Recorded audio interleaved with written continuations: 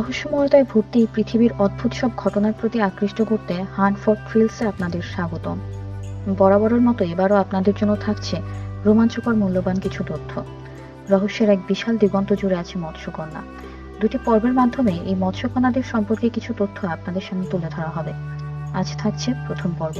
মৎস্যকন্যা কি সত্যি পৃথিবীতে আছে, নাকি সবই রূপকথার গল্প? তবে যতটুকু শোনা যায়, এক ধরনের জলজ প্রাণী আছে যাদের উপরের অংশ নারী দেহের মতো এবং নিচের অংশ মাছের মতো।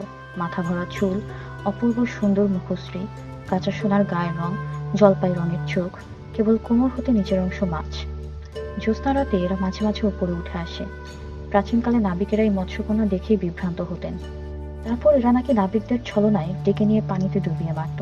মৎস্যকন্যা নামের যে মাছটির কথা এতক্ষণ বলা হলো, এরা কি সত্যি আছে নাকি সবই রূপকথা?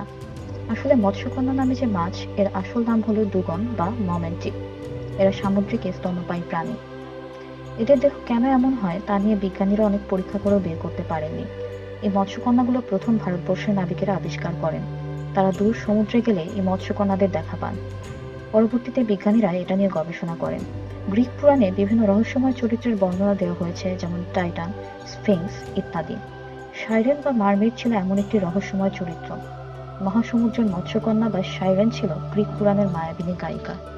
সুরের মায়াজাল সৃষ্টির মাধ্যমে তারা জাহাজের যাত্রীদের মৃত্যুর দিকে আকর্ষণ করত। তাদের গানের গলা এতই চমৎকার ছিল যে সেই গান নাবিকদের কানে পৌঁছালে নাবিকেরা সেই দ্বীপের দিকেই ধাবমান হতো। ফলে সেই জাহাজ চূর্ণ বিচূর্ণ হয়ে মৃত্যুবরণ করত সবাই। সাইরেন ছিল নদী দেবতা একিলেপসের কন্যা। হোমারের ওডিসিতে সাইরেনের ঊর্ধ্বাংশ মানবী এবং নিম্নাংশ পাখির মতো দেখতে বলা হয়েছে, কিন্তু অন্যান্য সূত্র মতে সাইরেনের ঊর্ধ্বাংশ মানবী এবং নিম্নাংশ মাছের মতো। সাইরেনিয়া নামক একটি দ্বীপে ছিল সাইরেনের বাস। এবার তাহলে মৎস্যকন্যা সম্পর্কে বিস্তারিত জানার পালা। জন্ম বৃত্তান্ত। মৎস্যকন্যারা হলো অর্ধমানবী অর্ধ মাছ, যাদের উপরের অর্ধেক হলো অপরূপ যুবতী। পৃথিবীর বিভিন্ন দেশের উপকথায় মৎস্যকন্যার বর্ণনা পাওয়া যায়, যার মধ্যে দূর প্রাচ্য, এশিয়া, ইউরোপ সবই আছে। মৎস্যকন্যাদের নিয়ে প্রথম বর্ণনা পাওয়া যায় প্রাচীন অ্যাসিরীয়তে 3000 খ্রিস্টপূর্বাব্দে। এখানে বর্ণনা থেকে জানা যায়, দেবী অ্যাটারগাটিস ভুল করে যখন তার মানব প্রেমিককে হত্যা করে ফেলেন, তখন তিনি লজ্জায় দুঃখে পানিতে ঝাঁপ দেন আত্মহত্যা করার জন্য। কিন্তু দেবী অ্যাটারগাটিস এত সুন্দরী ছিলেন যে সমুদ্র দেবতা পসাইডন তাকে মৃত্যুর রাজ্যে যেতে না দিয়ে অর্ধমানবী অর্ধ মাছ রূপে নবজীবন দান করলেন। একই বর্ণনা পাওয়া যায় ব্যাবিলনীয় উপকথায় দেবী ইয়াকে নিয়ে। গ্রিক উপকথায় এই অ্যাটারগাটিসই আবার আফ্রোদিতি নামে পরিচিত। সবগুলো উপকথা পড়ার পরে জানা যায় মৎস্যকন্যারা সঙ্গীতে ভীষণ পারদর্শী। সুরের মায়াজাল সৃষ্টির মাধ্যমে তারা জাহাজের যাত্রীদের মৃত্যুর দিকে আকর্ষণ করত। তাদের গানের গলা এতই চমৎকার ছিল যে সেই গান নাবিকদের কানে পৌঁছালে নাবিকেরা সেই দ্বীপের দিকেই ধাবমান হতো। ফলে সেই জাহাজ চূর্ণ বিচূর্ণ হয়ে সাগরে পতিত হতো সবাই।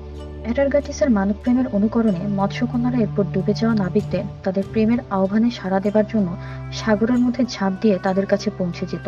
তারা বুঝতো না মানবকুল যে পানির নিচে বেঁচে থাকতে পারে না। ফলস্বরূপ মৎস্যকন্যারা পানির নিচে দিয়ে ডুবন্ত নাবিকদের উদ্ধার করে তাদের সাইরেন দ্বীপে নিয়ে আসতো। ততক্ষণে তারা মৃত্যুর রাজ্যে পৌঁছে যেত। কোনো কোনো উপকথায় এই মৎস্যকন্যারা মানুষদের প্রতি ভীষণ বিদ্বেষপূর্ণ, আবার কোথাও কোথাও তারা প্রেমময়। তবে যাই হোক না কেন, শেষ পর্যন্ত নাবিকেরা মারা যেত। মৎস্যকন্যা সম্পর্কিত আরো কিছু তথ্য এবং বর্তমান পৃথিবীতে এদের অস্তিত্ব সম্পর্কিত বিভিন্ন ঘটনা জানতে পরবর্তী ভিডিওর জন্য অপেক্ষা করুন। আজ তাহলে এ পর্যন্তই। লাইক এবং সাবস্ক্রাইবের মাধ্যমে আমাদের সাথেই থাকুন।